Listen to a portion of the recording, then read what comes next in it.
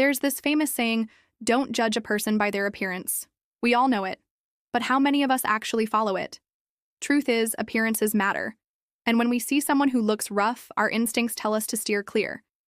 But here's the thing, that instinct might be wrong. And what if the person who seems to have nothing turns out to have everything? Welcome to our channel where you can learn how to spot fake kindness and uncover the secrets of real human connection. If you want to dive deeper into these life lessons, subscribe to be the first to learn when new videos are released. And stick around until the end to hear a bonus story. The waiter held his breath. The air in the restaurant seemed to crackle with tension. All eyes were glued to the woman in front of them. Sarah, a young waitress known for her warmth and generosity, was staring at the crumpled $100 bill. It had been left on a table with no one in sight. At first, confusion rippled through the restaurant, but now curiosity was taking over.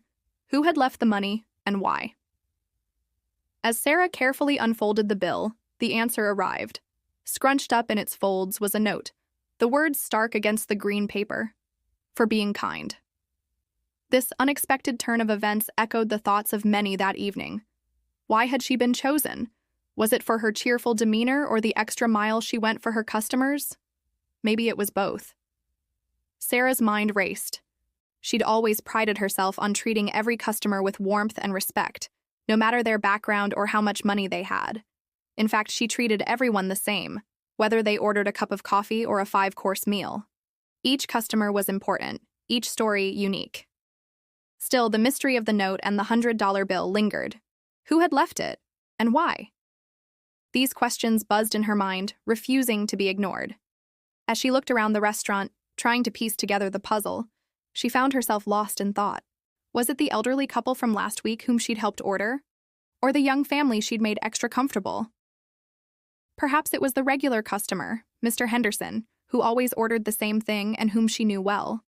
Or maybe it was the new family in town who'd seemed a bit lost and overwhelmed by the menu. Sarah couldn't be certain. Amongst the numerous faces that filled her memory, one caught her attention. A man who'd recently moved to town, a writer named David.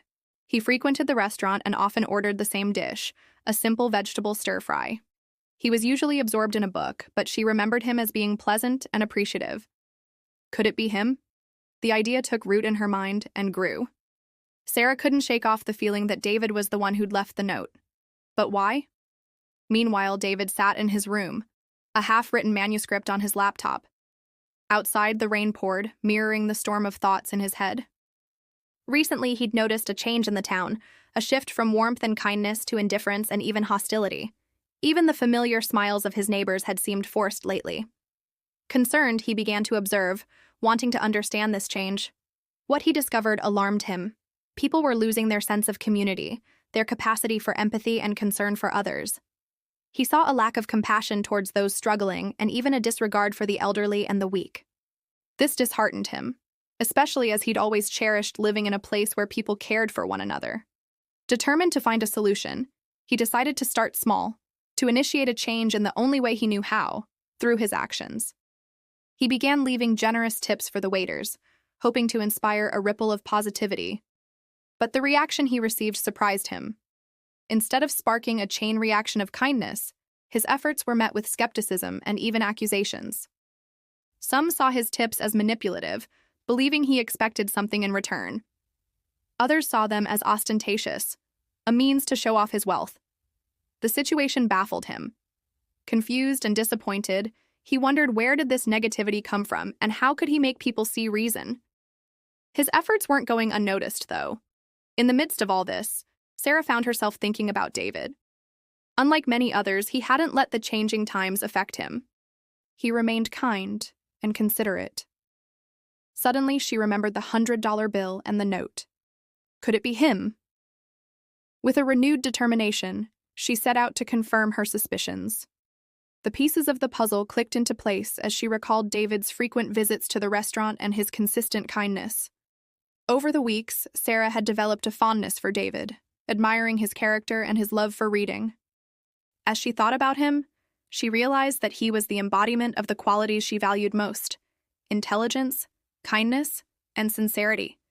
He was a man who lived by his values and who understood the importance of human connection.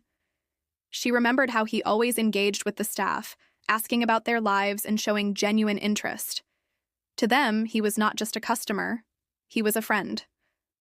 With this newfound clarity, Sarah hurried to David's home.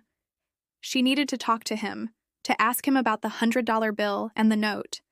As she approached his house, she was filled with anticipation. Would he be able to help her understand this perplexing event? What message was he trying to convey with his mysterious gift? Sarah knocked on the door, her heart pounding in her chest. As she waited, she couldn't shake off the feeling that this visit would change something in her life. Little did she know how profound that change would be. When the door opened, revealing David's smiling face, Sarah felt a wave of relief. She explained her confusion about the $100 bill, hoping he could shed light on this perplexing mystery. David listened attentively, his expression thoughtful. When she finished, he paused for a moment, searching for the right words. Finally, he spoke, his voice soft but firm. He explained that he'd left the bill and the note to test the staff's honesty and kindness, something he believed had been fading in their society. He told her about the recent changes he'd observed in town, the waning sense of community, and the growing lack of compassion and empathy. David shared his belief that kindness was a fundamental part of their society, something that should not be overlooked or taken for granted. Sarah listened intently, realizing the depth of his concern. David continued, explaining that he wanted to see if Sarah would use the money to improve her life or share it with others. He hoped it would be a small reminder of the importance of kindness and generosity. Sarah was deeply touched by David's words.